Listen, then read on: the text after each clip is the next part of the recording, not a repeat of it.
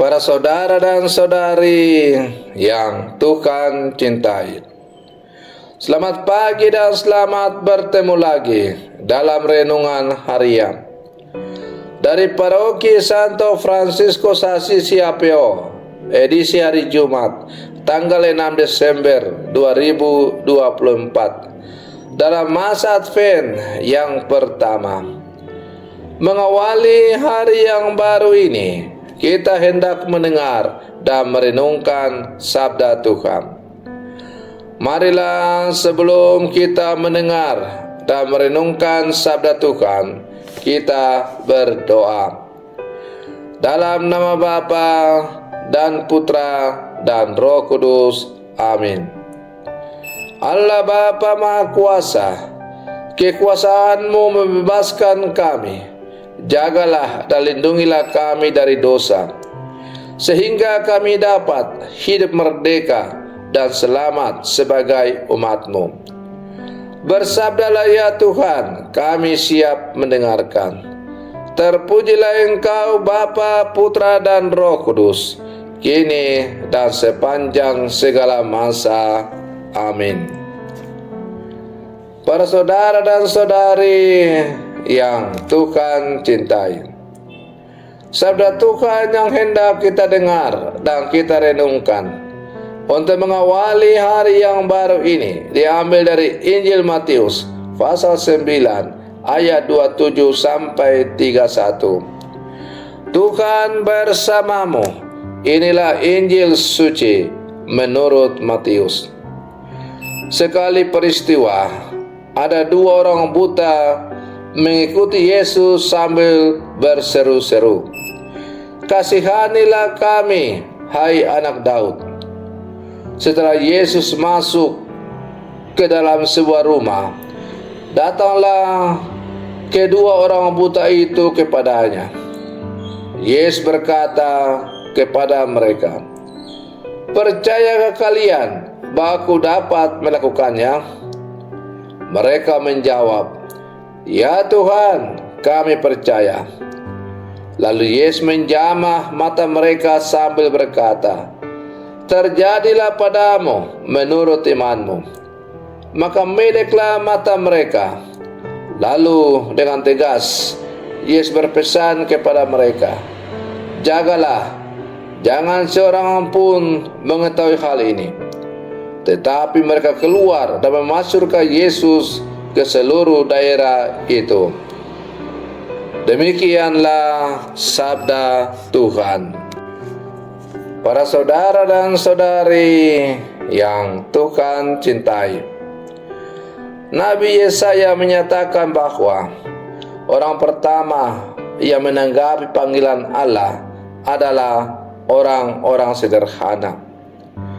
Mereka adalah para bisu tuli, buta, timpang, dan tertindas. Apakah karena pertama-tama mereka membutuhkan kesembuhan? Bukan. Mereka adalah orang-orang yang menyerahkan seluruh keberadaan hidupnya kepada Allah. Karena penyerahan diri secara total, mereka disembuhkan. Para saudara dan saudari yang Tuhan cintai, hal yang mirip dan sama tampak dalam kisah penyembuhan dua orang buta, sebagaimana dikisahkan dalam bacaan Injil yang baru saja kita dengar. Kedua orang buta yang mengikuti Yesus itu terus berseru kepadanya. Kalimat pertama yang mereka ungkapkan adalah, "Kasihanilah kami, hai anak Daud." Sepintas tampak aneh, mengapa mereka tidak langsung mengatakan, "Sembuhkanlah kami, hai anak Daud." Bukankah hal yang paling mereka butuhkan adalah kesembuhan dari buta? Ternyata penyerahan diri mereka kepada belas kasih Allah menjadikan keduanya sembuh. Penyerahan mereka kepada belas kasih Allah itu tampak dalam kata-kata sederhana mereka. kasihanilah kami, hai anak Daud. Para saudara dan saudari yang Tuhan cintai, sikap penuh harap mengandaikan adanya iman. Iman menjadi landasan dan alasan mengapa kita boleh berharap.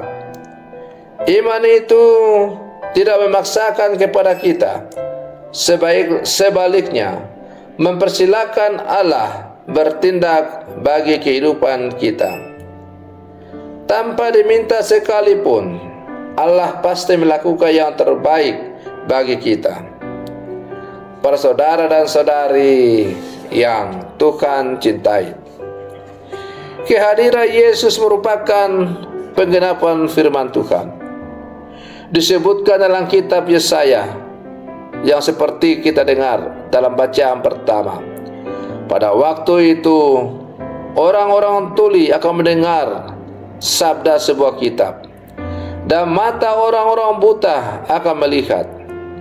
Itulah yang terjadi ketika dua orang buta yang mengikuti Yesus disembuhkan sehingga mereka bisa melihat. Yesus adalah firman Tuhan yang menjadi manusia, menghadirkan Allah yang peduli dan berbelas kasih. Para saudara dan saudari yang Tuhan cintai, kita semua yang percaya kepada Yesus dan menjadi pengikutnya semestinya juga menjadi pribadi-pribadi yang menghadirkan Allah dalam langkah laku hidup kita sehari-hari.